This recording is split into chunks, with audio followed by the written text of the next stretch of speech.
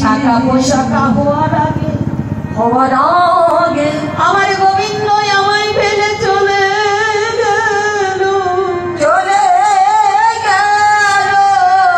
আমি আর তাকে ভালোবাসিবার মতো বাসিতে পারলাম না। আমি তাকে আর ভালোবাসতে পারলাম না রে সখী, আমাকে ফেলে সে চলে গেল। তাই বলি সখী, আমি আর তাকে কাছে পেলাম না, সে আমায় ফেলে মথুরায় চলে গেল। তাই বলি সখী রে, আমার গোবিন্দ যদি এই বৃন্দাবনে ফিরে না আসে, আমি আর প্রাণে বাঁচব না। আমি মনে হয় মরেই যাব।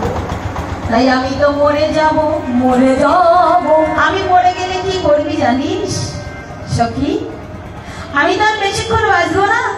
তাই আমি মরে গেলে আমার এই দেহটা কি করবি জানিস? আমার এই দেহটা কি করবি? যমুনার জলে ভাসিয়ে দিবি। কেমন? যমুনার জলে ভাসিয়ে দিবি।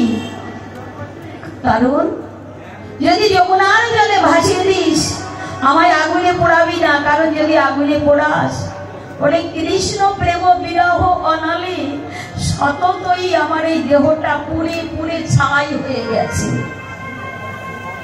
আমার এই দেহটা কৃষ্ণ বিরহ অনালে পুড়ে পুড়ে ছাই হয়ে গেছে। তাই আমার এই দেহটা পোড়াবি না, জলে ভাসিয়ে দিস। আবার বলছি না না সখী, আমার এই দেহ জলেও ভাসাবি না। কেন জানিস? যদি আমার এই দেহটাকে তোরা জলে ভাসিয়ে দিস, তাহলে কি হবে জানিস? হবে আমার এই মরা দেহ ভাসিতে ভাসিতে ভাসিতে ভাসিতে